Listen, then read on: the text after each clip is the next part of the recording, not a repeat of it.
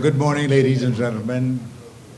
Sorry for commencing 2 minutes later than we had planned. I now invite you to stand for the playing of the national anthem of the Virgin Islands, to be followed by the invocation prayer.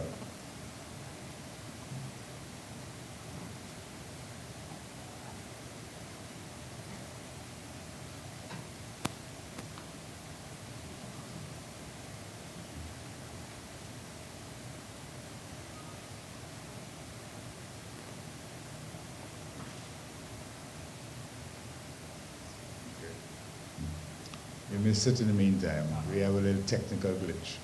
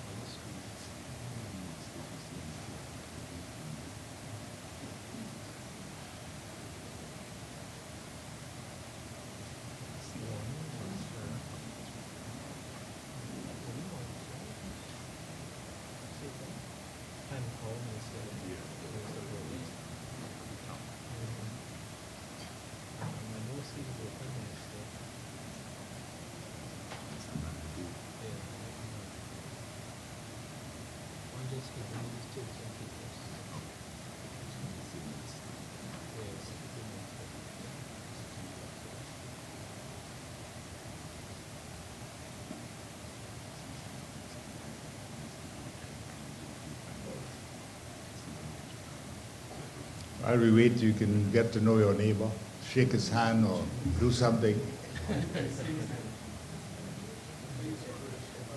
Come stand and tell something to the person sitting next to you. Get familiar.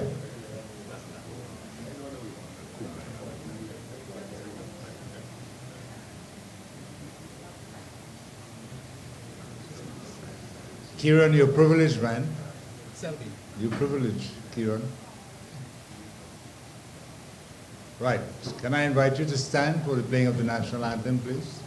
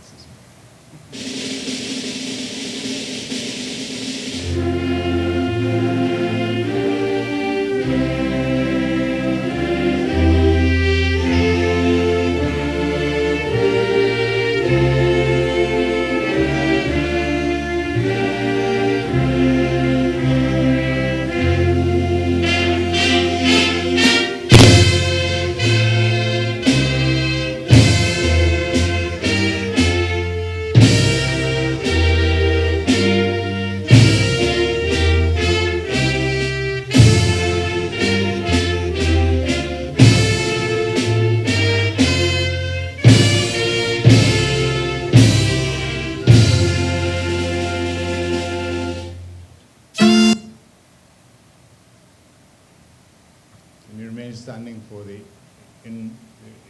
invocation. Lord, I will lift my eyes to the hills, knowing my help is coming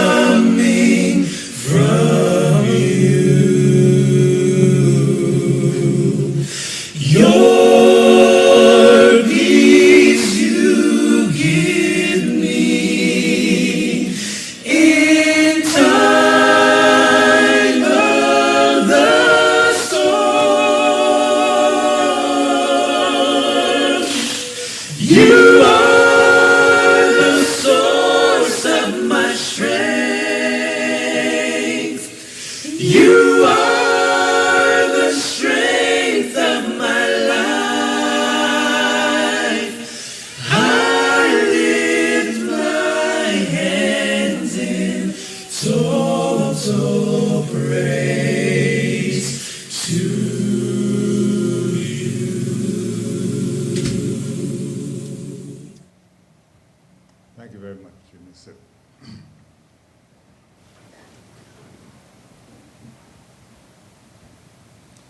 For those of you who don't know me, my name is Selby Wilson, telecommunications strategist at the Caribbean Telecommunications Secretariat. I have the honor and pleasure of being your Master of Ceremonies for today's 13th Caribbean Ministerial Strategic ICT Seminar. I would like to commence by giving you a little background to these seminars. The first ministerial seminar was held in 2004, and it was held in Ottawa, Canada. The next was held in Austin, Texas, and then we went back to Canada, and finally we went to Washington. After those external excursions, we made a conscious decision to hold most of these seminars in the Caribbean.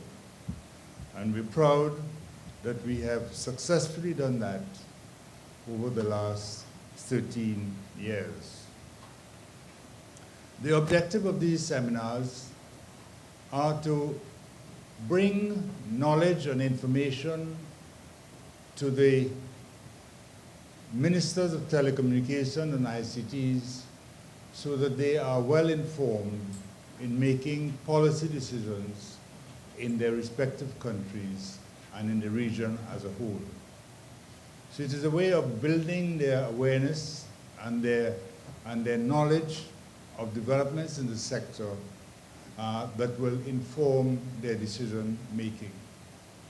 It would be true to say that the ministers on several occasions have indeed confirmed that these seminars have been useful for them. And I take the opportunity and hope that today's seminar would bring new light and new information to their decision-making process. Honorable Philip Paulwell, Minister of Science, Technology, Energy and Mining, and also President, immediate past President of the Caribbean Telecommunications Union, Honorable Ministers of ICTs of the CARICOM countries, Mr. Dr. Didicus Jules, Director General of the UCS Secretariat, senior government officials of the British Virgin Islands and CTU member countries, distinguished presenters, industry leaders, our partners and sponsors, fellow delegates. It is my distinct pleasure to declare the opening of the 13th Caribbean Ministerial Strategic ICT Seminar open. It is also my pleasure at this juncture to invite our Acting Secretary General, Mr. Nigel Casimir, to say some welcoming remarks. Nigel.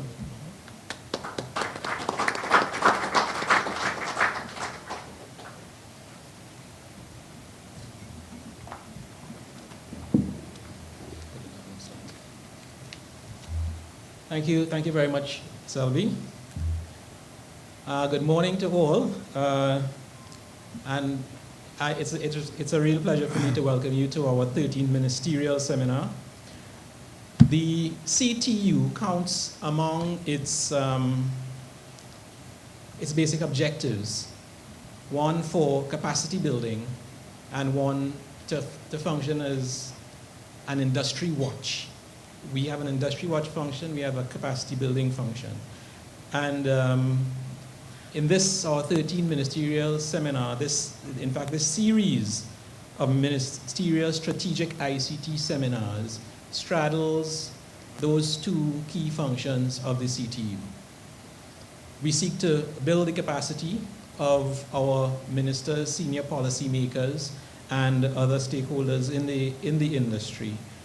And we keep a watch and report on new technological developments as well, thereby enabling, as was mentioned, more effective decision making. And this, of course, is most important in today's technological environment characterized by rapid and ever-increasing change. This event, the 13th Ministerial Strategic ICT Seminar, is the third one of our BVI ICT Week. And we typically try to schedule, practically speaking, to schedule these ministerial seminars along with some other event which would cause us to convene our ministers. Our theme, kickstarting the CARICOM single ICT space by accelerating e-government services. And that theme assumes a strong role for the governments in achieving the single ICT space. And we will hear, during the course of the day, several perspectives on this issue from several speakers. And I would not be surprised, in fact, to hear some differences in perspectives in terms of going forward with this idea of a CARICOM single ICT space. That concept might not be fully familiar to all of us in the room, but during the course of the day, we should be clarifying for you what are some of the aims and objectives of this thing called a CARICOM single ICT space, and also how might be the best approach for us to get there. Later on, we'll also be, in fact, later on today, and we also have as a part of these ministerial seminars, what we call industry briefs, and that speaks to the industry watch function that I had talked about. And there we will hear about some specific technological type developments that maybe would impact our policy making, or that, or that clearly would have an impact on our daily lives in the short term.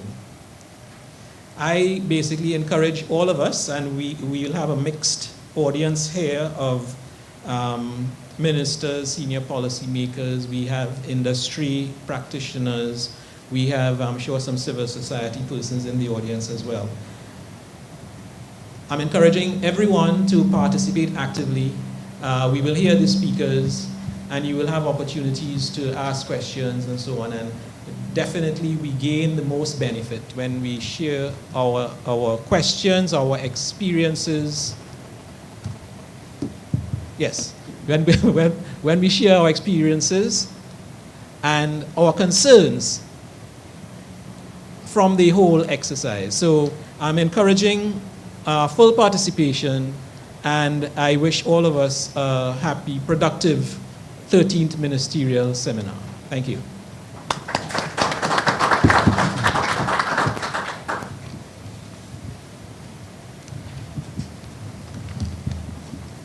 Thank you, Nigel. Now we're going to have the welcoming remarks from the Honorable Philip Porwell, Minister of Science, Technology, Energy and Mining, and President of the CTU. I invite the Honorable Minister to address us.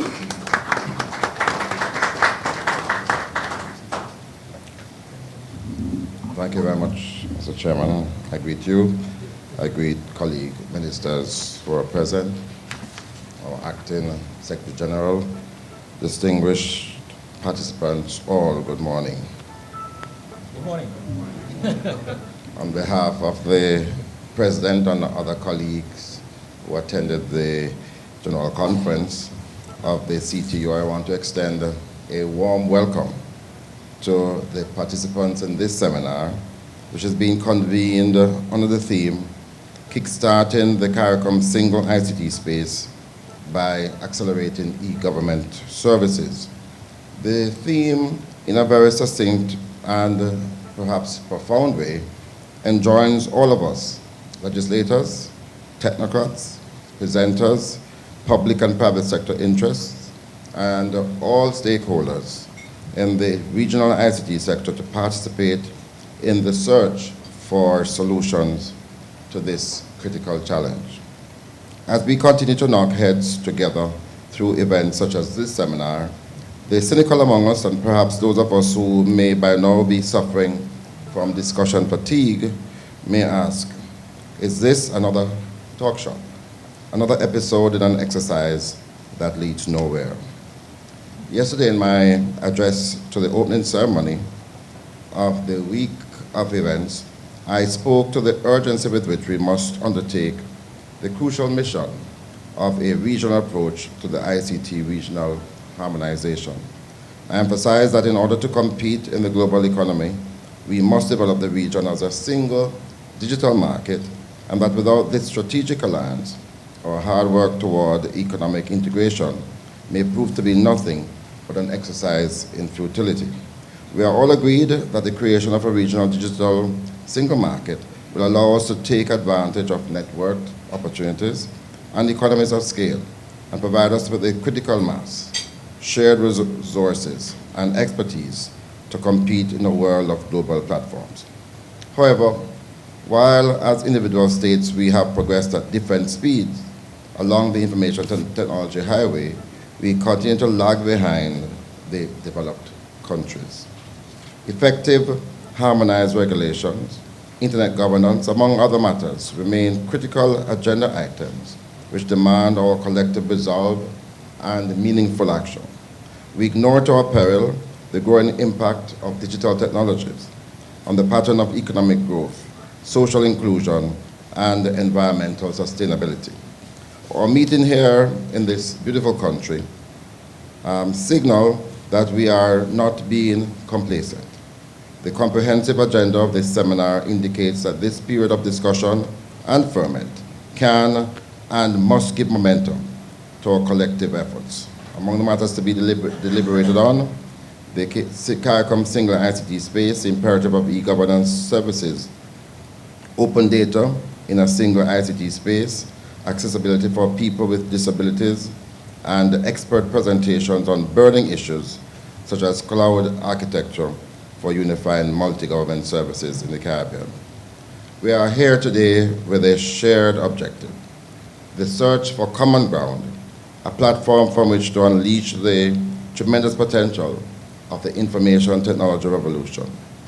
An information society is one in which the quality of life, as well as prospects for social change and economic development, depend increasingly upon information and its exploitation. In such a society, living standards, patterns of work and leisure, the education system, and marketplace are all influenced by advances in information and knowledge. The information society is a way for human capacity to be expanded, built up, nourished, and liberated. This realization is the motivation of our efforts, and activities such as this seminar are therefore both strategic and timely. Welcome all.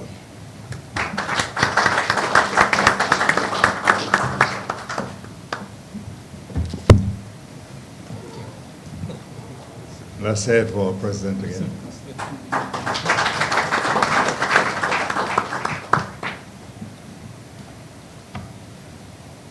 It is now my pleasure to introduce the keynote speaker who will deliver a presentation on kickstarting the CARICOM single ITC space by accelerating e-government services. Our keynote speaker is Mr. Richardson Franklin. For over 30 years, Mr. Franklin has had increasingly senior implementation, project management, and advisory roles in electrical engineering, construction management, telecommunications, information and communication technology, legal and regulatory, and national security sectors. Mr. Franklin has served as a special technical advisor to the Minister of National Security in Trinidad and Tobago, with specific responsibilities for all technology projects in the ministry and its agencies.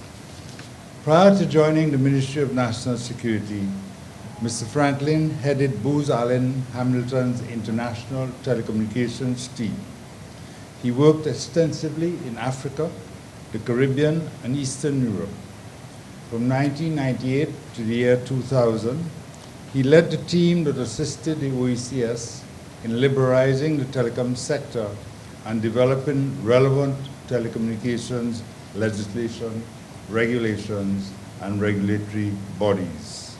Mr. Franklin holds a Bachelor of Electrical Engineering cum laude degree from Pratt University, Brooklyn, a Master of Science Electrical Engineering degree in Power Systems from the Polytechnic University, Brooklyn, and a Master's of Business Administration, International Business and Finance from the American University, Washington, D.C.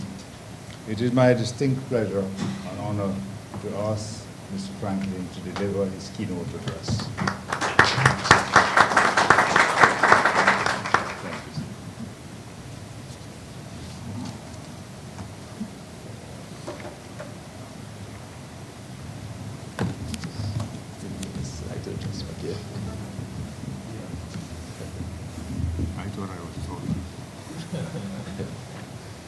Honorable Philip Paulwell, Minister of Science, Technology, Energy and Mining, Jamaica, former President of the CTU, Honorable Ministers of ICT, of the CTU member countries, Dr. Didicus Jules, Director General, OECS, Nigel Casimir, Acting Secretary General of the CTU, Selby Wilson, Telecommunications Strategist for CTU, senior government officials of the BVI and CTU member countries, distinguished presenters of today's proceedings, leaders of industry, partners, and sponsors of the CTU, fellow delegates. A very good morning to all. I promised myself 2 weeks ago I was not going to travel for the rest of the year, having made about 8 or 9 trips already to the Caribbean. And Bernadette Lewis called me and said, Richardson, I'd like you to go to Tortola for me. And when Bernadette calls, she's someone you cannot deny, so I'm here this morning. It was with great pleasure and appreciation that I'm here to address you. I especially like to thank the CTU for inviting me to speak to you on the kickstarting of the CARICOM single ICT space by accelerating e-government. We start first with what has been happening.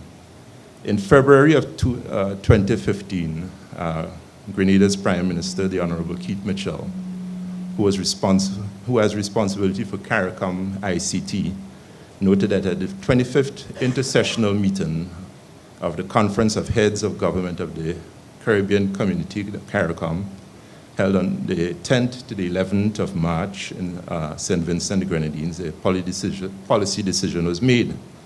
The regional heads of government acknowledged that there was a need to broaden the single market, the Caribbean single market, and include and embrace the digital economy. Minister Mitchell indicated that the digital economy is where the heads felt that it provided the best opportunity for the regional workers to be able to engage in activities, create and share and use information and digital technologies as a primary means of production. Heads acknowledged that the digital economy provided opportunities to innovate and that it can spur economic activities and growth, which in turn will bring about positive and meaningful changes in the society with respect to how people live, learn, work, form relationships, and entertain themselves. And this is very much in keeping with what Minister Paulwell just mentioned. At the meeting, the heads determined some priority items for ICT that the region should work on between 2014 and 2019. The main priority is the development of a single CARICOM ICT space to enhance the environment for investment and production. The single space is expected to broaden by initiatives and programs in support of bringing technology to the people, thus transforming them into digital citizens and digital entrepreneurs. Cybersecurity should be addressed, mobilization of resources and commitment to member states to invest in the ICT, and developing the CARICOM digital agenda by 2025. Given that we are basically at the end of 2015, at best we have 3.5 years ahead of us, and this situation is one that requires a clarion call with the emphasis to meaningful cooperation, coordination, and determined focus that will require several ministries and agencies across the Caribbean. Where we are today, I think, as I say, I've been working quite a bit in the region for the last 20 years. And from what I see, it is important to note that the aforementioned intercessional held in mid-June, the CTU moved quickly to develop the whole idea of a roadmap for the single CARICOM space for ICT. The roadmap addresses the e-delivery of government business and services, harmonizing policies and regulatory framework, robust broadband infrastructure, framework for ICT services and providers and consumers, regional connected government networks, security, collaboration and management, open data, and digitally skilled citizens. The e-delivery, I would like to speak about the systems that currently exist and that I know of in the region. And basically there are several initiatives, but what we're seeing is that we, as my former minister in Trinidad would say, we are operating basically in silos. There has been some regional coordination. One of the important systems that have been put in place so far is ICT World, the automated system for customs data, which is designed by UNCTAD, United Nations Conference on Trade and Development. This system assists customs authorities around the world to automate and control their systems. And this is important because when companies come to countries, their major concern is the whole idea of how efficient can I do business? What are my transaction costs? I think those of us who recall in the old days when containers came to the Caribbean, there was always a complaint about clearing the containers on time. And ICT does strengthens the whole process. Now, along with ICT, there was a single electronic window, and it just basically complements and strengthens ICT. I remember back in 2002, working up in Jamaica on the FSL system. It was the first time I met Minister Paulwell. And Jamaica and Trinidad and Tobago have the two single economic platforms in the Caribbean that I know of. And again, this is a process, the main value proposition for having a single window for a country or economy is to increase the efficiency through time and cost savings for traders in their dealings with government authorities and obtaining the relevant clearance and permits for moving cargo. In a traditional single economic window environment, traders had to contend with dealing with multiple government agencies in multiple locations. And this, to get their appropriate clearances and such, the single economic window removes this sort of interrupt in doing business. And basically, we should strive as part of the e-government single ICT space to ensure that all nations within the CTU membership and under CARICOM have both the ICT world systems and the single economic window. As far as ICT states that 22 member countries in the Caribbean have the ICT world in place. Also, I know Jamaica is supposed to complete their process on July 2016 as far as the Asecuda world is concerned. Now, on the e-government initiatives, 6 OECS countries have been beneficiaries of modern e-government projects. However, these projects could be evaluated under the single economic space. And they are the e-taxation, which is a system to file taxes. This would reduce the cost and the use of paper, increase transparency as citizens can easily access data, improve efficiencies and response times, and would be faster and benefit the environment as less paper and less back and forth happens. The e-procurement system, which is very important, I think it introduces a level of transparency, and the more transparency you have, what I think some of the byproducts as people are finding in Africa is that is the least you're harassed by interest, because now you have a fair and balanced platform. So it's an even game, an even playing field for everyone. The e-procurement system in the OECS basically has provided up to 5 to 15% savings in the healthcare management, in the procurement of drugs. Now, the e-procurement system, the whole platform is modular. So that means that you can add various sectors to it to improve the nation's efficiency. One of the things we have to do within the e-procurement platform is for all governments to be current, because when you're in arrears, you basically apparently are not allowed to reap the benefits of the volume discount. Then there's a multi-purpose identification system, MPID, which has a unique identifier, as we're seeing throughout the Caribbean, where you have the electronic birth certificate. It also stores biometric information. So basically, as Minister Paulwell mentioned earlier, this is part of the region starting to move into what we call the knowledge age, where you have access online to critical data and such.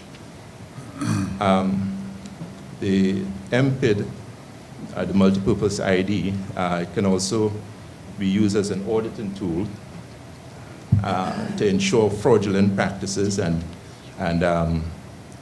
avoid those trying to avoid taxation. In accounting, they always told you that you could have tax sharing, but you could never have tax avoidance. You must pay taxes somewhere in the world.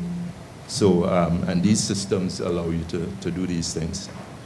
Now, health management information systems was also a part of the e-government program in Grenada. And it basically speaks to the whole idea of health records, patient records, billing systems. And I'll touch on the whole idea of health records when we speak about cybersecurity, because electronic health records have a history of being attacked by hackers. As countries move to deploy the various e-government platforms, emphasis should be placed on implementing some aspect of the platform rather than the entire platform. So as some folks say, do not allow perfection to be the enemy of the good. So if you start off with only one of 22 modules, fine, at least you've made the start, but you should continue to build on it. One of the things that was a bit disturbing, I also worked on the CASA project, which a number of folks mentioned yesterday. And what we found in the CASA project was that when folks went to use their cards, there was actually bank fees being charged. This was in the OECS, and it was because of the lack of an automated clearinghouse, which I think the ECCB, the Eastern Caribbean Central Bank, has moved to take care of. But whole idea of using your credit card online and not having to pay a fee when you're accessing government systems is something I think the central banks would need to sit down and speak to. So I think for the ministers, this is something to keep in mind as we move on, for there to be coordination among the central banks as to how we treat with folks settling their bills under the e-government programs.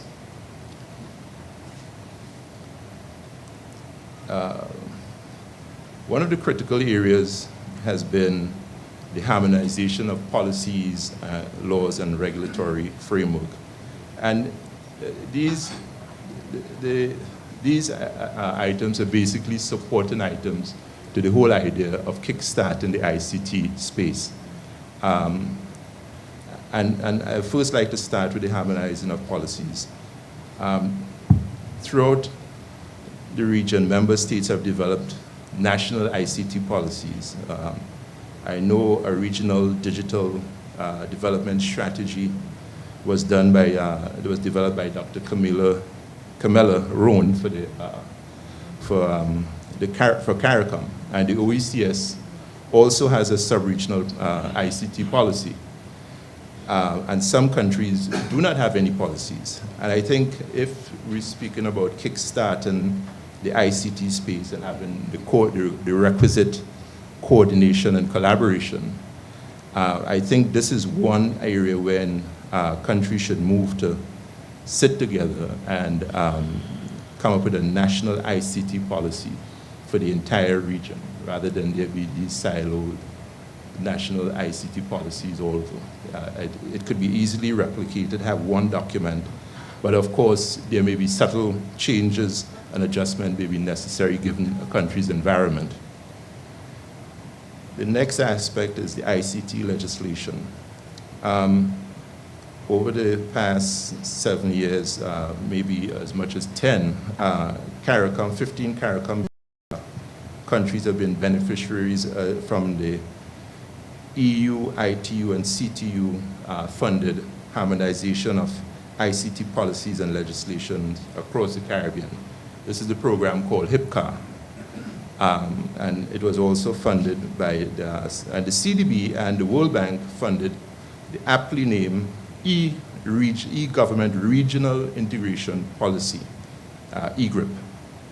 And the legislations dealt with included electronic transfer, private and data protection, cyber crimes or electronic crimes, Electronic Evidence Act, intercept of communications, access to public information, which is in keeping with the whole idea of data, which Anat will deal with later. And the whole idea, again, the electronic transfer of funds and what goes on when we transfer funds electronically. Who is actually transferring the funds in the world of anti money laundering programs, the whole idea of transfer of funds and how much funds are transferred and how rapid it's transferred and how frequently it's done is critical. So these pieces of legislation, they're needed to support the whole idea of the ICT, the single space. On the telecommunications side, HIPCA also provided universal service and access framework, the licensing in a convergence environment, because what we have is that when I first started in the telephone industry, it was always telecoms. Soon we heard about the convergence of computers and telephony. And the next thing we knew, it was the conversion of information, communications, and technology. And we now arrive at ICT, Information and Communications Technology. So, so the telecoms world is still a major player. And then the whole idea of interconnecting and cost modeling, and I'll speak more on these issues under the regulatory aspect.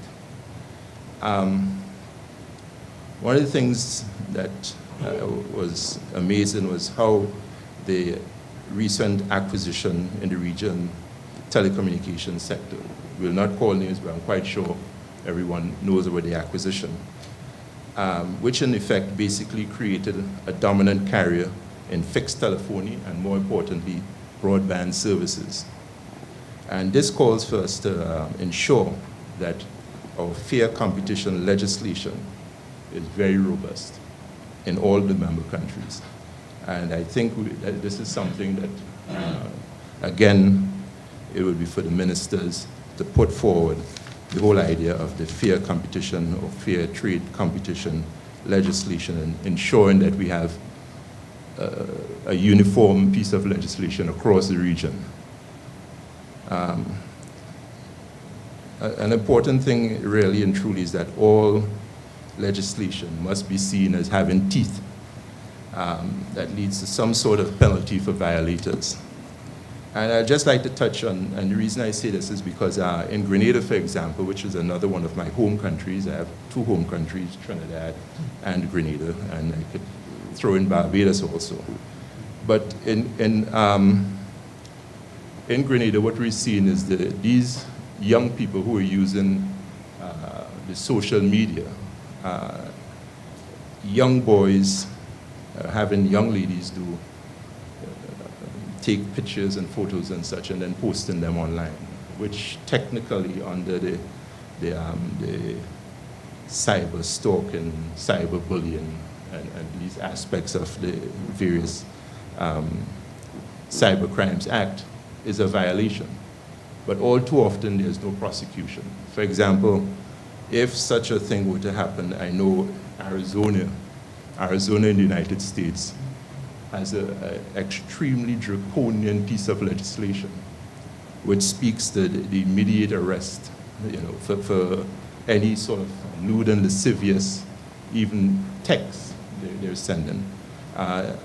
In 2014, there was a case in my home state, New Jersey, wherein kids were actually circulating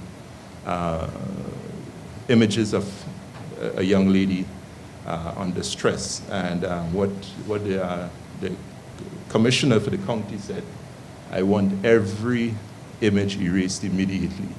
And I appealed to parents. And basically, in that town, that was done immediately. And then there was a coordination with the social media folks. So the whole idea of us taking and also educating the public as to the violations of the ICT legislation is critical.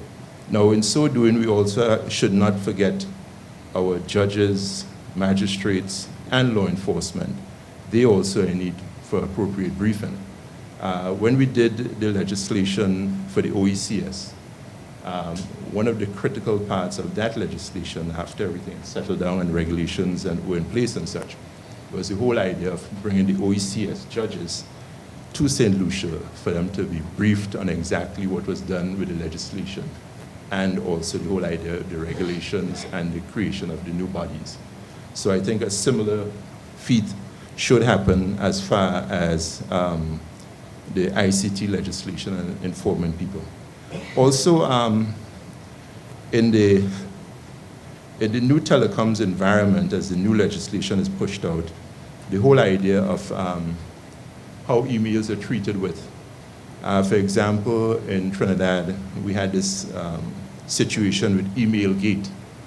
And if the legislation was appropriate, as in Australia, that would not have been a problem, because there is actually, within the legislation, provisions for dealing with such a thing, where the ISP, the Internet Service Provider, can hold, at the request of law enforcement, the requisite data on their network, on their servers for a period of time. And that period of time could be extended by a judge at the request of law enforcement. So if we there's a need for an awareness to this type of legislation. And that legislation is rooted in the European Commission for Cybersecurity, which I think is 80-something countries have now signatories. And that's an aspect. Any of this information anyone needs, I will forward it to Nigel, I think, and we have it as a repository. I know I already have to do such for cybersecurity, so I'll provide as much info as needed. As far as the regulatory environment is concerned, in most countries in the region, the regulatory needs to be modernized and strengthened. And I'm quite firm on that one. The region, the regulators must have certain in-house competencies.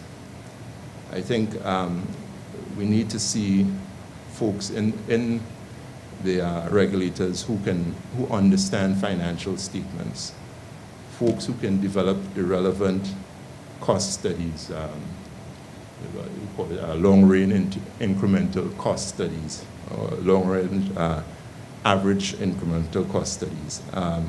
We need to have that. And then we also need to, the regulators must have the capacity to develop the appropriate termination rates, interconnection rates, and also using price cap, the appropriate levels of your actual telecom prices.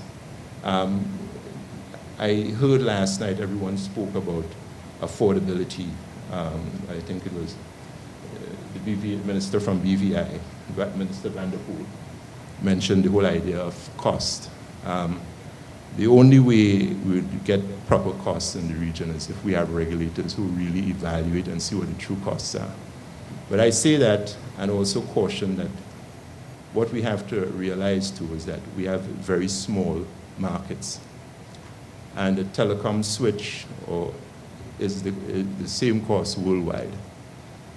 So as such, with a smaller market, your fees will be higher because the investor wants to recapture his funds, his return on investment. We also have to have a sound knowledge of universal service. And I'll deal with the universal service when we look at technologies, so that may be dealt with.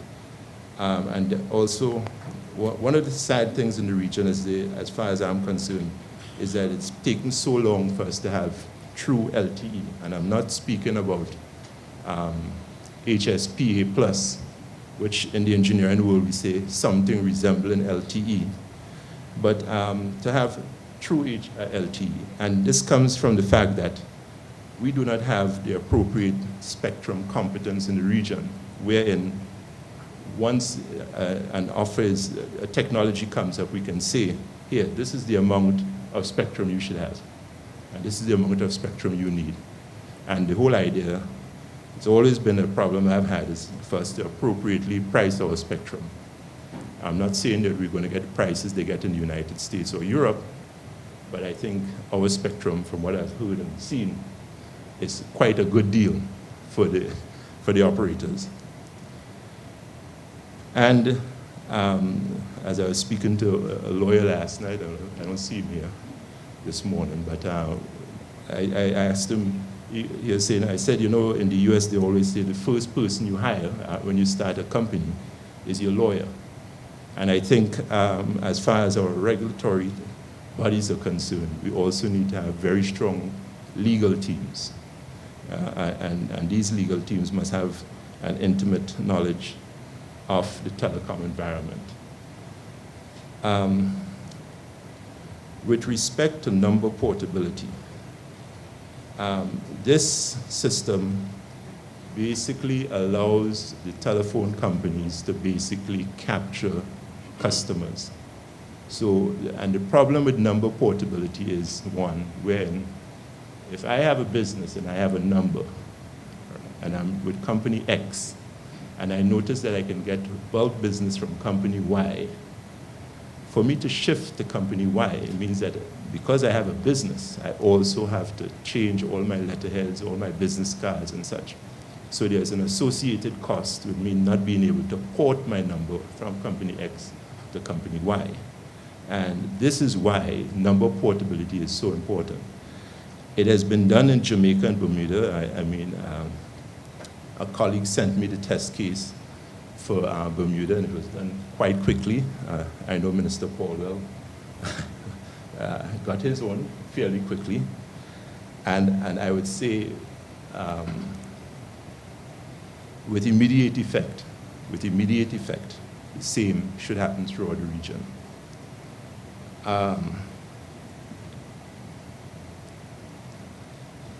Also, as we move towards the whole idea of broadband connectivity to support our e-government services, the whole idea of quality of service is going to be extremely important.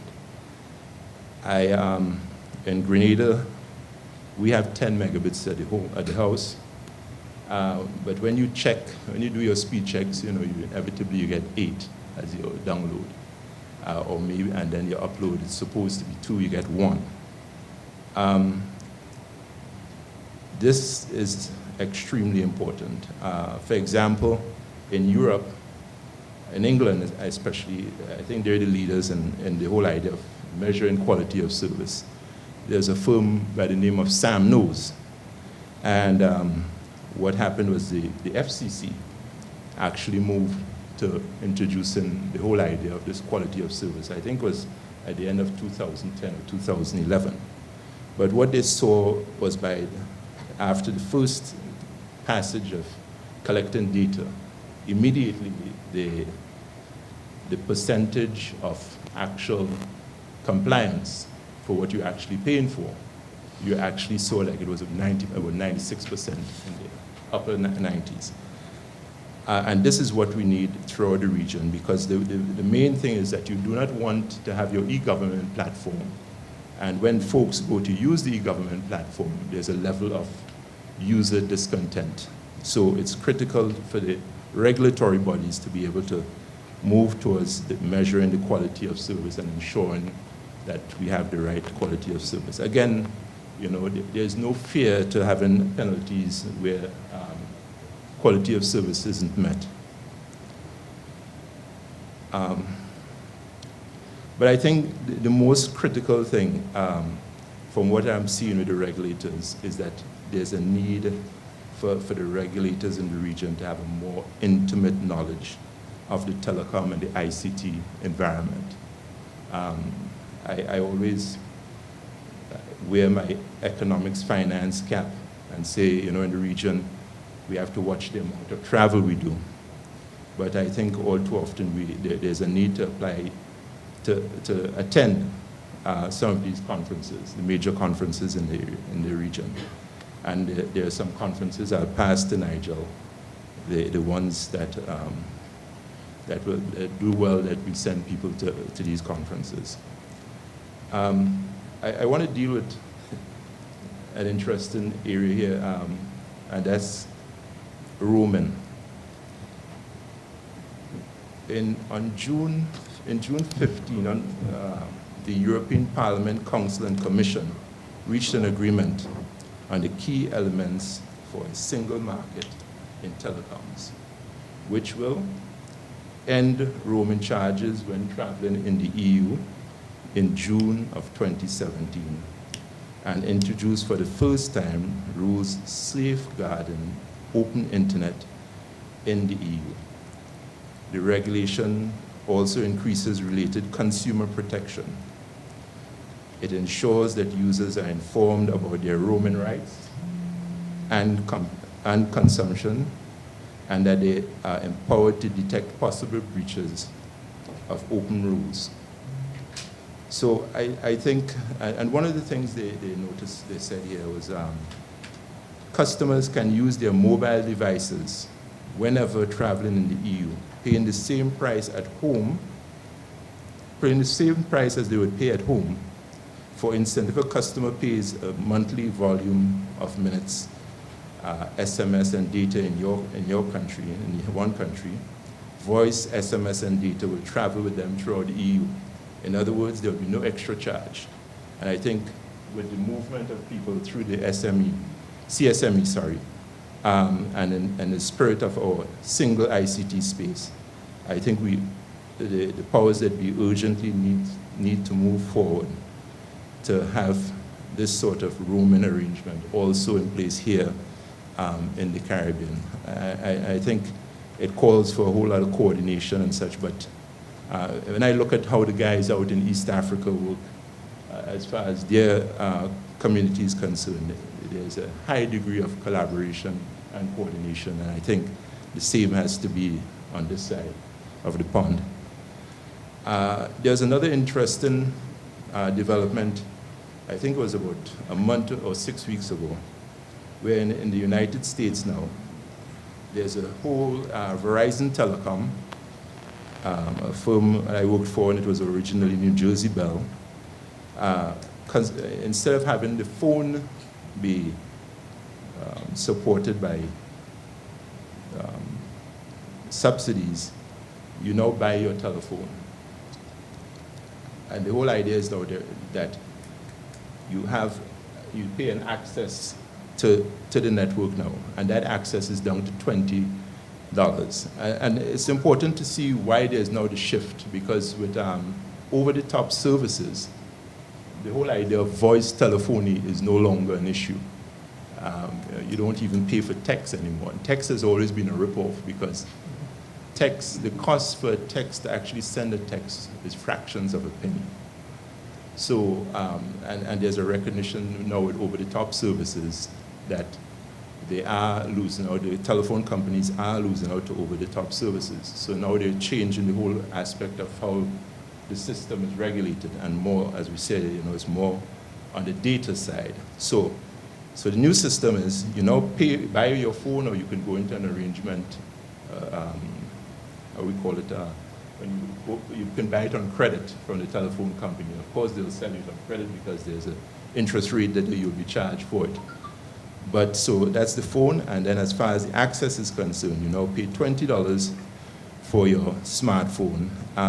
They even have, you can connect your tablets at $10 to connect for the month, and then your wearables will be $5.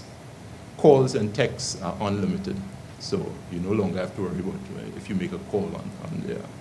Now, how they've done it now as far as the data is concerned, 1 gigabit would be $30 a month, 3 gigabits is $40, and 6 gigabits is $60, and an extra large size, as they call it, 12 gigabits is $80 a month.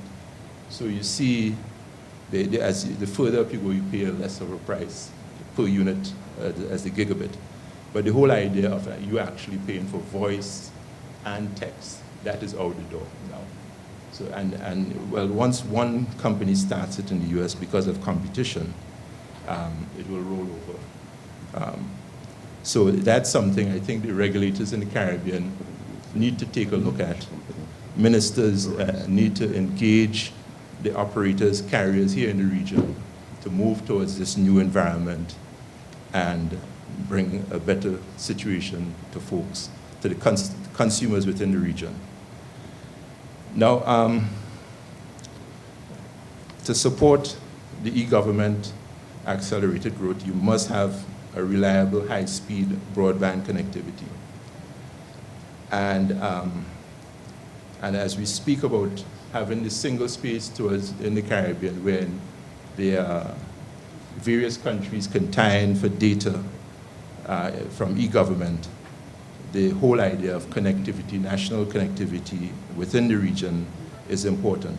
I think, I must say, as far as the connectivity issue is concerned, when you look at the cables we have in the region, the national and international cables, what you have technically as single points of failure.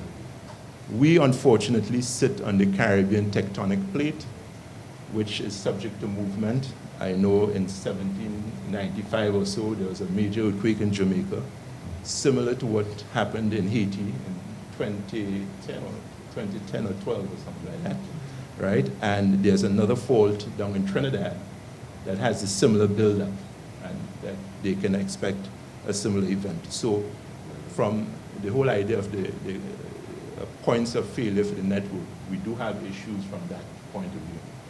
Whether or not we have standby satellite arrangements in case the networks go down, that is something we need to consider in the whole analysis as to what is presented to the heads as a final product. Now, today, most telephone companies are sunsetting the copper networks. So even hybrid fiber copper networks are being sunsetted, basically put out of service. And instead, you now have high optical cable fiber and modern wireless networks. The fiber optic networks provide unsurpassed transmission bandwidth. I think we hear people speak about wireless services and such, but there's nothing better than having a fiber optic line as far as connectivity is concerned. I know when we were thinking about deploying the CCTV system in Trinidad before the Summit of the Americas in 2009, I was driving back from Delaware and picked up a Philadelphia radio station. And the mayor said, yes, I have heard about having wireless cable CCTV networks, but when my experts look at it and they compare it to the fiber network, there's nothing better than fiber. And all the literature says use fiber. But of course, given the situation we have when we have sparsely populated areas and areas that need to be covered as part of the universal service, there are new technologies coming out and being launched, which can cover rural communities. There's a new, I hate to use technical term, but a new 801.22 standard, which basically can give you 22 megabits over a 100-kilometer distance. So for sparsely populated areas and areas that are very difficult to get to, we could start looking at these new wireless technologies and as part of solving the whole idea of bringing useful technology and government services online to rural areas. And I think the thing that we have to, if you look at all the e-government solutions and the basic web pages and such as they access, they're all built with mobile devices in mind. Because more and more folks are using laptops, tablets, your smartphones to access the internet. And it's the same devices you could use technically to do all of your e-government services. I mean, technically you can pay your taxes using your smartphone. I pay my Verizon bill on my smartphone most of the times. Rather, before I get to the computer, I just pay it and be done with it. I passed on this when I spoke about the e-government initiatives and things we should consider. Because we speak of the CSME, sorry. One of the critical things as people move, inevitably your passport needs to be renewed. Recently, I actually had to fly to Trinidad to renew my passport. And more you're seeing people saying, well, you know, I'll just take out US or Canadian or British citizenship wherever they are, rather than having to go back home to do it.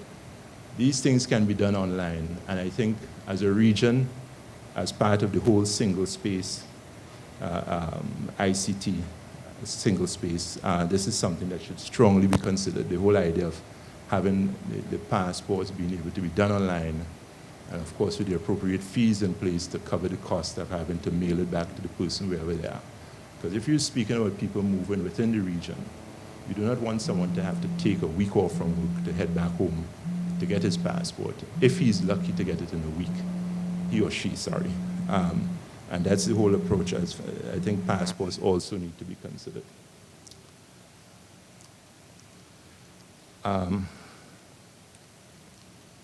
Cybersecurity. This is the critical one. In the region, I think the whole idea, we need to have in place computer governance policies. And again, it could be a singular policy for the region, which basically goes by the ISO standards for information security and management systems, and that's the ISO 27000 standards. All users and administrators and beneficiaries within the e-government businesses, the folks who work in the back office, they must receive training as far as what you do. Everyone in a government ministry who use the government computers should be trained as to what they can and cannot do on the systems. And this is critical. For example, if I go to a conference and someone gives me a USB drive, I do not use it on my computer. I'll open it on an old computer. Case in point, the cyber attack in Iran on the centrifuges, Susnet. That was done basically, one of the Iranian guys went to a conference, and on his way out, somebody handed him this jump drive, installed it, and the rest was history. Basically, the Iranian nuclear system suffered a major setback because the malware quickly spread throughout the system and compromised their system. So that's something we have to be careful with, and I'll give you some other examples. As far as the electronic government networks housing sensitive data for citizens, we have to consider that because that's what people tend to hack. Having a CERT is important, but remember, a CERT is only a reactive aspect in the cybersecurity fight. You need to be proactive. Basically, government must have an emphasis on cybersecurity for all government ministries. There must be an awareness. The whole idea, as they say in the industry, is you want to stay below the radar and don't pop up too much. It's important, again, for our folks to attend the appropriate seminars and conferences and such. And the region cyber experts also, we should have them start getting involved in having relationships with the major players. For example, under the OAS program for CERT training, I know most of the time you have someone from the FBI. When I wore my other hat in Trinidad, I had an opportunity to see how these guys handle their business, and it's a very, very serious approach. As we always say, misusing the ministry, government's computer is a firing offense. There's no sorry, it's just a firing offense. You have to be diligent. Everyone has to be diligent. In 2015, for example, in April 2015, and this was even in the news again last night, as the Chinese president and the US president spoke, the Office of Personnel Management in the United States, it was found that 18 million accounts were compromised. And that happened in April of this year. But the original breach started by another company being breached last year. And that company from that company's breach, they were able to take information from the previous company and use it as a backdoor into the Office of Personnel Management in the United States. So this is why when time comes, whoever is in charge of national security, there's an awareness for all the various strategies involved in fighting national security. Cyber security. So we should be aware of that. There's some other examples I'll pass on to you as far through Nigel, all right? But cybersecurity is something that should be taken extremely seriously. I wanted to look at e-data, and I'm not taking away from Anat's domain, but I think the whole idea is to, as far as looking at data and having data serve as a driving point for public policy. For example, in an article in Gigom, it noted that the advent of open data, new and powerful methods of analyzing the data, and then they're now seeing how data can be used for public policy. Politicians, social workers, and other civilians have always had data, of course. They just never had as much and could never do with it as they can today. And we have the computing power today that will allow us to properly use data and analyze data. And this goes to basically the whole idea of the skill set in a digital environment. And in 2012, November, Estonia, one of the small countries in Northern Europe, mentioned that they announced this program called Tiger Leap Foundation Protégé Tigre. And the scheme is a voluntary education for schools. Basically what they were doing was from first grade to 12th grades, they were starting to teach children how to code. And for them to use it both in the class, in social clubs, and in hobby groups. Now this is critical. Up in Jamaica last year, I had the opportunity to develop a program, a 4-week program for girls 11 to 14. And it was amazing that what happened in that program was these girls came in the first day, knew nothing about coding, right? These are 11-year-olds to 14-year-olds, girls. And you had the whole idea of if a girl's computer wasn't working, she was crying, so it was the entire gambit of parenting, and the instructors, coaching, and everything involved. But the key thing was that we started with 23 girls, and we finished and graduated 20 girls. And by the time they graduated, they knew how to build websites for themselves, and they also knew how to develop games. And the thing is, the last week, they were all happy faces. So, and they had the confidence now that they could actually do it. So I think the whole idea here in the region, we need to move forward with programs like this. Now, one of the things my good friend Hopeton Dunn said to me was, Richardson, remember that here in the Caribbean, we also have an issue where we're losing the boys. So there was a need for us to cater these programs for both boys and girls. And I think that's something the countries in the region should look to Jamaica as to the example they have up there and take it on board. And just a quick one is that, for example, at MIT, all students, regardless of their major, have to take programming. And they use a program called Python, which is basically a high-level programming language. But all students take it, whether you study in dance or electronics or nuclear physics, that's what you take. And it puts you in a position to understand the thinking behind the whole idea of data and developing applications and such. All right? And this is all part of the whole digital learning and the digital environment we need to strengthen the area. The role of the private sector. Now this is critical. I think I come from the private sector, but I've worked with government and I've worked on a substantial amount of development projects. But I think we need not worry too much, and we shouldn't worry about having private sector companies run our government-wide area networks, our data centers, and our cloud solutions. These folks, for the most part, they have a history of doing these things. They understand it. To stand up a cybersecurity team, it takes a whole lot of money. Many countries in the region, unfortunately, would not be able to maintain the type of training program that's needed. You would not be able to maintain the software, the requirements, the licenses that you have to pay on an annual basis, the whole recurrent expense.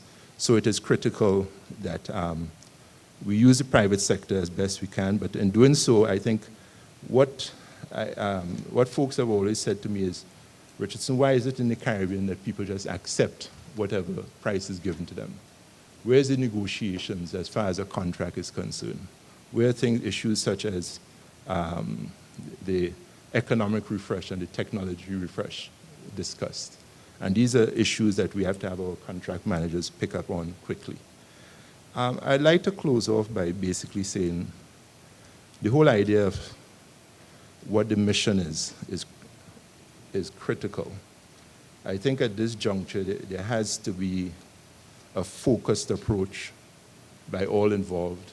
I know the ministers are on board as far as getting these things done. But it calls for more than just staying to the normal line and protocol.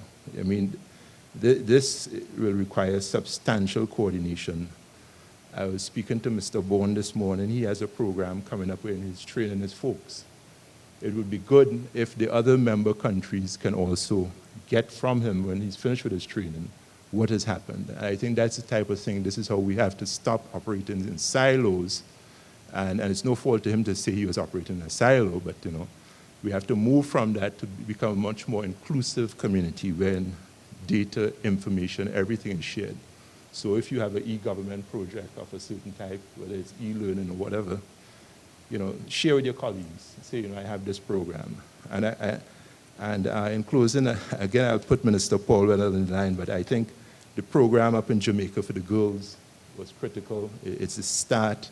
They say women is key at the end of the day, because a mother who knows to code will in turn teach her children to code and could help her children. So it's not to say that men are not, but I think the mother in the family is the axis of the family. We have to admit that. So with that, I would say thank you, and we'll take questions at a later date. Thank you very much.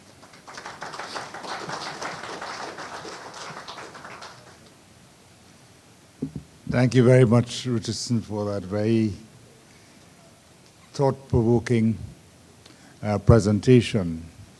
Mr. Franklin covered many aspects of the requirements of a single ICT space, and I hope that in his presentation you saw the relationship between the presentation I made yesterday in terms of trying to identify what are the essential requirements of the single ICT space. I'm not going to try to repeat any of the things Franklin told us about, because I'm sure we have those in the audience who would like this opportunity to ask some questions on various aspects of the presentation he made. So it is now my pleasure to invite the audience to either make comments on what they've heard or to pose some questions. Julian?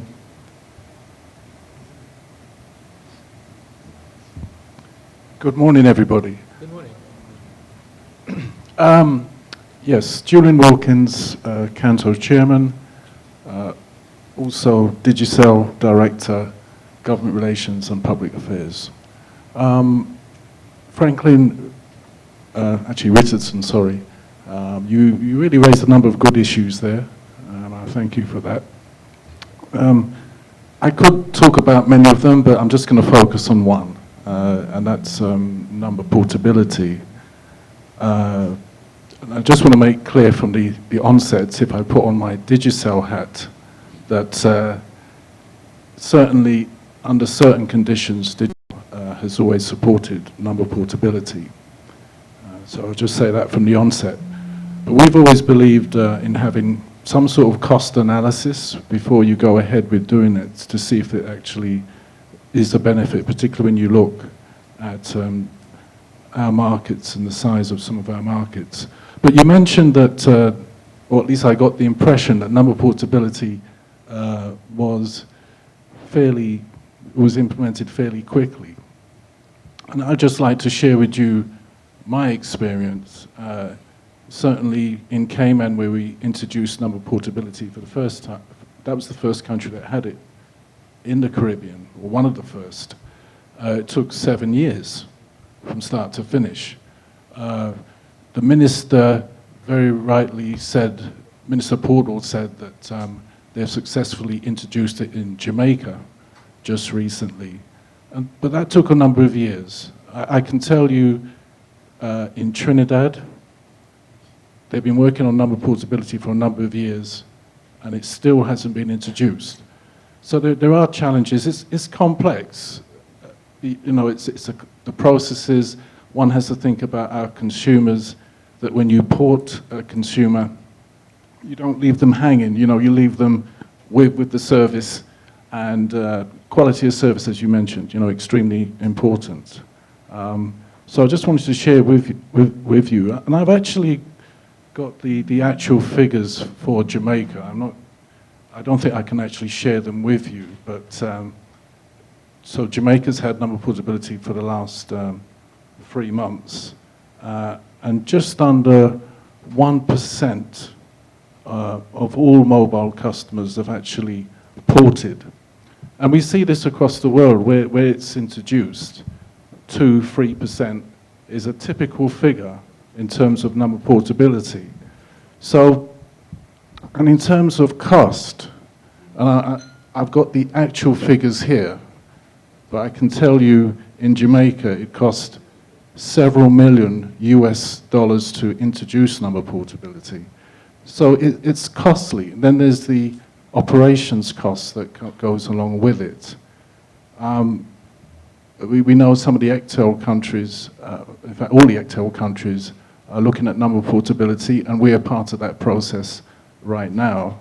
But I just wanted to leave you that it is a costly exercise, and only a small number of customers actually port when you introduce number portability. This is, I thought I'd just share our experience. Thank you.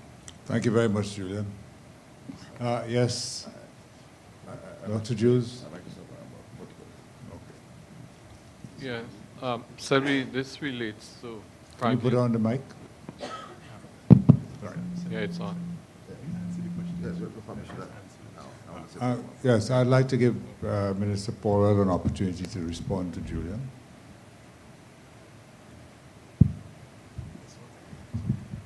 Yes, I'd like to say a few words about portability because it was one of the more frustrating issues that we've had to deal with in Jamaica in this term.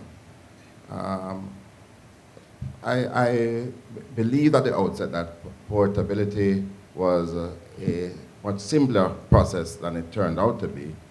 However, I think one of the learning experiences that we've had from it is that we really ought not to start from scratch. There are people who have done it, and especially in our case where we really went from ground zero right up, we have put in place intricate rules governing how it functions. I think we'll be quite happy to share that so that we don't all have to start at that level. We had some level of resistance by providers. Yes, yes. And it wasn't until I called everybody into the room and gave them some choice Jamaican words and threats in the Jamaican style that we got movement. We have seen a seamless introduction of portability, and it has not proven to be as costly as predicted. In fact, consumers in Jamaica don't see the cost because it is absorbed by the companies, which is a good thing. But remarkably, and yes, it is true, we have seen 50,000 Jamaicans ported already. So out of a market of about 3 million, yes, it's small. But it has enhanced the spirit of competition. Jamaicans have seen a new wave of benefits flowing because of portability. The providers now, again, lowering prices, providing better service, and spending a lot on advertising as well. Plus, for me, because I still believe that we have a marketplace that can sustain more than 2 providers, we are seeing new interest by other people looking into the marketplace for opportunities. Now that portability is in place, we are going to be mandating by the end of this year new rules governing the sharing of facilities, so co-location and those things are going to be in place. So it is going to enhance competition. It will be more attractive for new investors. And I think it's a package deal, so I strongly recommend it as a facility that will continue to enable greater competition in the Caribbean. Thank you very much, Minister. Yes, building on what Minister just said, Julian, I hear you, but I've heard that argument since the early 2000s when our colleague Lincoln Robinson was trying to do number portability in the region. There's a test case from Bermuda, which I'll share with Nigel, wherein they used a cloud number portability database to speed the process along. And it was found to be much less of an expense than going the traditional way. So I hear you, I understand how you speak, given the hat that you wear. But it's a situation where we can move forward. And I think what we have to do, even if it's 1%, those 1% had the freedom to make the change. And I think that's what's important here. Folks must have the freedom of choice. And that's the underlying factor with the whole idea of number portability. Thank you. Thank you, Dr. Jules. Yeah, first of all, I'd like to compliment Richardson on a very comprehensive presentation and ask that we be given copies if possible, because I'd like to make use of that for the OECS. But I want to focus on one element of what you spoke about, and that is the question of capacity of regulators. In my view, from where I sit in the OECS, I think the biggest impediment to our future growth is the absence of adequate capacity that is on top of the technology and its strengths. Regulators generally are not staffed by people who are industry savvy. And I myself, in a previous life, worked with a provider. And the degree of sophistication that I saw in that operation in terms of legal expertise, technological capabilities, and so on, I don't think any of our regulators in the Caribbean today are as on top of this as are the people that they are supposed to be regulating. And that is going to require serious attention. We have some positive indications, but I think we're still not, even then, not leveraging it. In a couple territories, for example, we have persons who are advisors to ministers who were senior executives in one of the providers or a couple of the providers in the past, and they've been able to bring good insights. But the translation of the, and in fact, in one country, the Minister of Telecoms was a very senior executive himself. So there is that strength there, but I'm not seeing it translated into the regulatory apparatus and used for the advantage of consumers. And Dr. Jules, I agree with you fully. I wrote a report recently for the CASA project, and I pointed to the very same thing, the same issues you raised. It is a problem. For example, if we're being extremely frank and truthful, when you look at the acquisition which occurred, if our regulators were properly evaluating the financial data and such of the companies, you would see, in effect, and you had an understanding of mergers and acquisitions and how they work, you would see that, for example, Columbus Communications was carrying a heavy debt load, which, if you projected it out, continued to increase. And they, in effect, were a prime candidate for a takeover. I think the only reason it wasn't taken over by Julian's group, as opposed to the other group, is that the other group moved faster.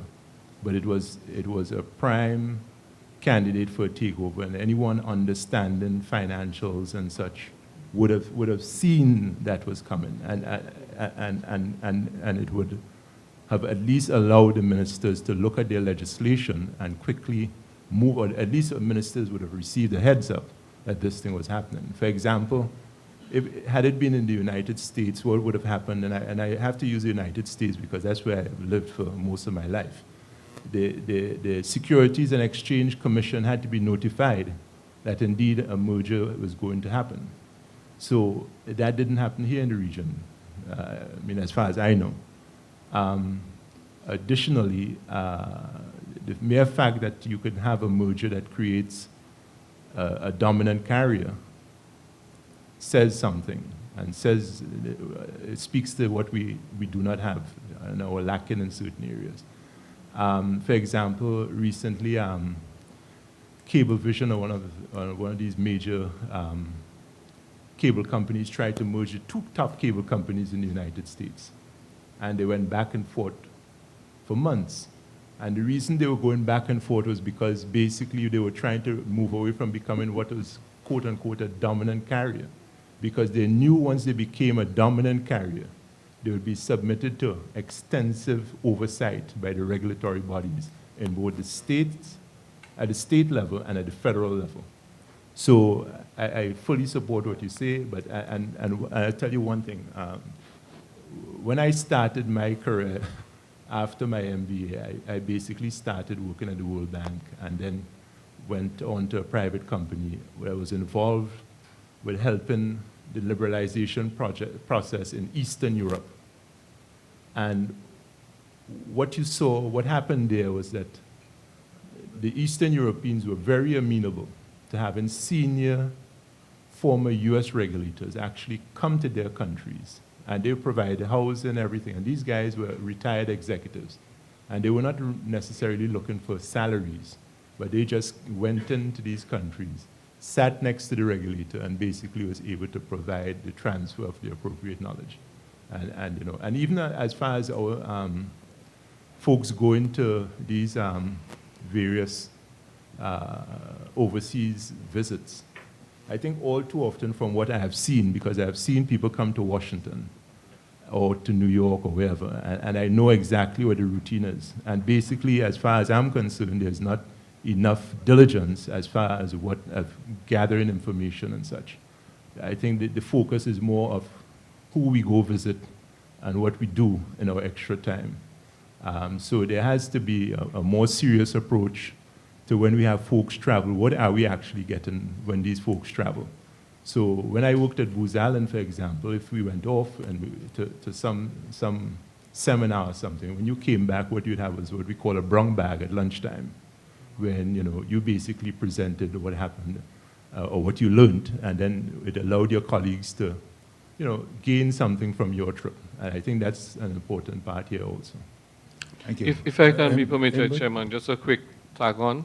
Chairman, a quick tag on. Yeah. To there's another more insidious side to this.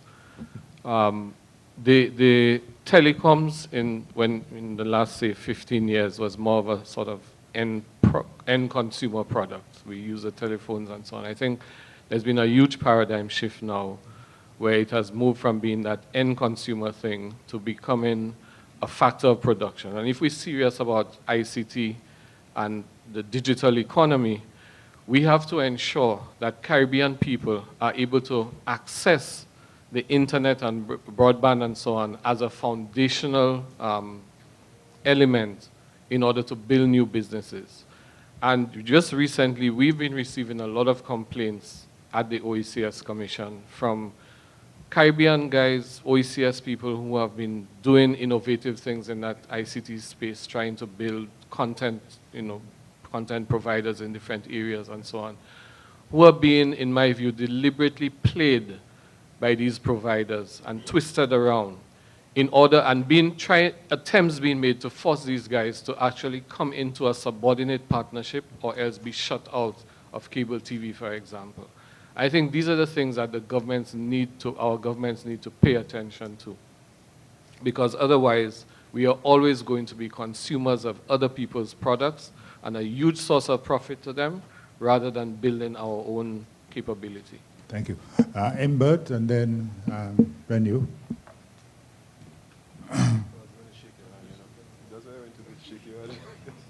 Can you identify yourself and your organization? Dr. Jules? No? Or me? Yeah. Amber Charles from Excel. First of all, I want to again thank Franklin for his presentation. Very comprehensive as well, and I think it touched on so many matters. Then we have to decide which ones we decide to debate. But I want to respond to 2 points. One, I certainly want to endorse the comments Dedicus made about the undercapacity of regulators. But this is not the fundamental problem. The fundamental problem is the major tool for regulation is law. It's modern, upgraded regulations and law, and this is where we are behind. And in fact, you find that regulators are now, it's not something we just normally see in public, but regulators actually are getting out of the box to look at solutions because of the frustration of getting these new laws that we want promulgated to address some of the very issues that we're facing. I think what we're also trying to promote is that having identified in the room who the villains are, you go after them. Don't go after the regulators who are also trying to go after these villains. Go after the villains yourself. Because we know who they are. We know who's frustrating some of the processes. And I think we need to use whatever mechanisms we have to go after them. The issue of number portability, for instance, and I'm glad the minister has identified some of the outside-of-the-box strategies that are being used to get some of the partners to get moving. You have not just Cayman, you have Bahamas also, you have Jamaica who have gone through the process. But there seems to be some kind of understanding that it should take a long time, irrespective of the fact that the same players are involved in these jurisdictions. And it is because you have an ongoing, deep-seated, asymmetrical relationship in the industry. The persons who have sometimes dominance of certain types of information in the sector, as opposed to do not have the information. And this is sustained through all sorts of means, through all sorts of relationships that are developed as we go along. And again, it's because you find too often we have ministers having to step in to read the riot act when you have mechanisms in place that are set up by states to deal with these situations. So clearly there are villains who know that there are loopholes which they can exploit and continue to exploit these loopholes. And I'm proposing that having identified them, we deal with these villains. Thank you. Yes? Good morning, everyone. My name is Bill Sandiford, and I'm here as a member of the Board of Trustees of the American Registry for Internet Numbers. First of all, I want to thank everyone for inviting us to participate in your event. Mr. Franklin, you mentioned the SAMNOS project briefly in your presentation. My country, I come from Canada. Our regulator, the CRTC, is also doing a project with the SAMNOS people, and I think it's going to yield very important data that will help our regulators find out more about what citizens are receiving versus what they're paying for. But I also sit on the board of an organization called CIRA, which is the Canadian Internet Registration Authority, and we manage the .ca domain name on behalf of the Government of Canada. And we recently undertook our own project to launch a performance test that we encourage the citizens themselves to run from their computers or their mobile phones, and they provide their postcodes to us when they run these tests, and it's yielded some incredible data with regards to what they're receiving without having an invasive technology like the SAMNOS project. The SAMNOS project involves end user subscribers installing a little black box device in their home, which a lot of them are very worried about doing, not knowing what else the little black box in their home might be recording about them. And in this project that CIRA undertook, simply just as a normal speed test like they might see at a normal speed checks site. And it's yielding incredible data. I have it up on my laptop here. I'd be prepared to show it to anybody. And I encourage the participants in this region to look into that type of a project and do it. It would be great for your region. Thank you very much. Any other questions or comments? Yes, Nigel? Just a quick comment on the issue of the regulator capacity, and to point out that the CTU is trying to play its part in building that up. And as an example, we have the Regulators Forum tomorrow, and it is a mechanism, a periodic mechanism that we are putting in place to basically better meet the needs of regulators around the Caribbean. So we're trying to play a role in that respect. Thank you, Nigel. Yes, Thanks. Franklin? Yeah, I think Nigel, I hear you and compliment you as far as the courses for the regulators and such. But I think we need to have folks who are appropriately trained in the area. And I'm speaking about solid economist types, especially in the pricing aspect. People who could go and do the cost analysis, I mean, within the authority. I mean, consultants, I'm a consultant, but at times you do not know what you're getting from your consultant.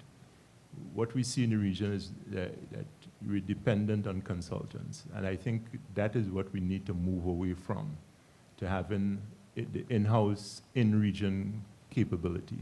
But it means having, going to a university and coming away with a degree in economics, where, as far as the pricing is concerned, or even teaming with a group like the NTIA, because I was surprised to see yesterday you had Nathan Associates doing the spectrum management.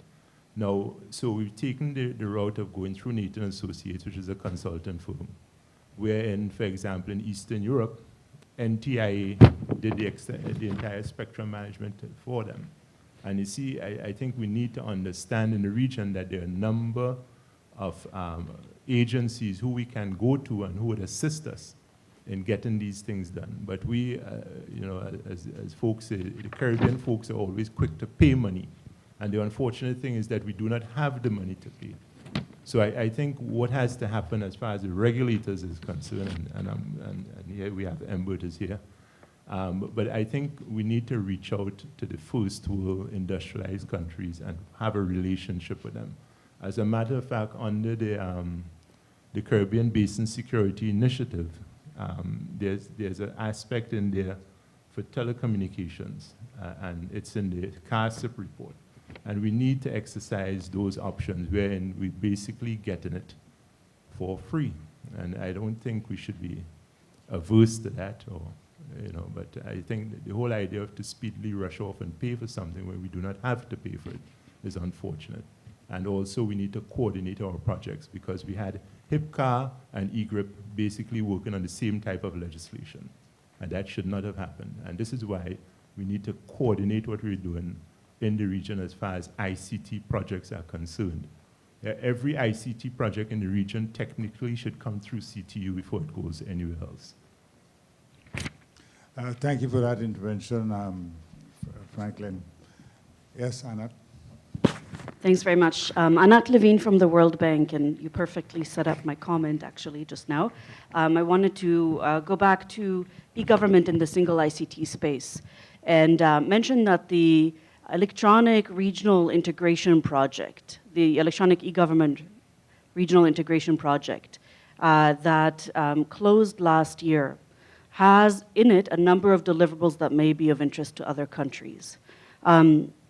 The e-tax system that Richardson mentioned allows businesses and citizens to pay their taxes online. It's a module through which you can pay your taxes, and it can sit on top of other tax systems.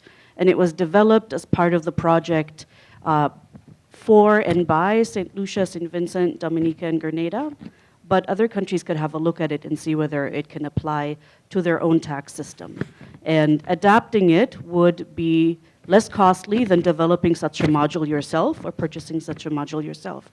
And I think there may not be full awareness by some of the other countries in the Caribbean that money has been spent on these applications. The multipurpose ID system was the vast majority of the EGRIP project. It cost about $3 million. Now, 4 countries in your region received an IDA grant to develop this system. So I wanted to simply put on the table that there may be a review of the deliverables of what EGRIP brought out so that other countries can consider whether this is something that they'd like to adopt as well. Because rather than going out and buying an EID system that costs $3 million, adapting the one that has already been developed with an IDA grant would be less costly. I'm not trying to push that specific solution.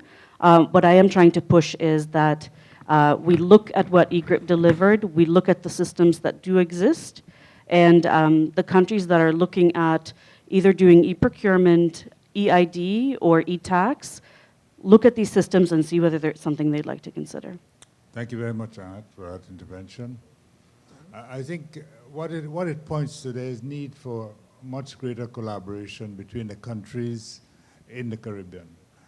We have to have a mechanism which informs us of what is being done in the countries and how we can leverage what is being done. So I think that's a very useful intervention. I permit one more comment if there is. We're running a little behind time. Okay. What we do now, we break for 15 minutes coffee break.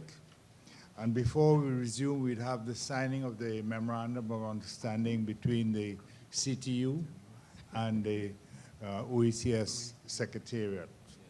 I'd ask you to be quick in the coffee break, have your coffee and get back to your places promptly so that we can regain some time. Thank you very much. And I'd ask our events personnel to set up the requisite requirements for the signing of the MOU with the OECS Secretariat. Thank you very much.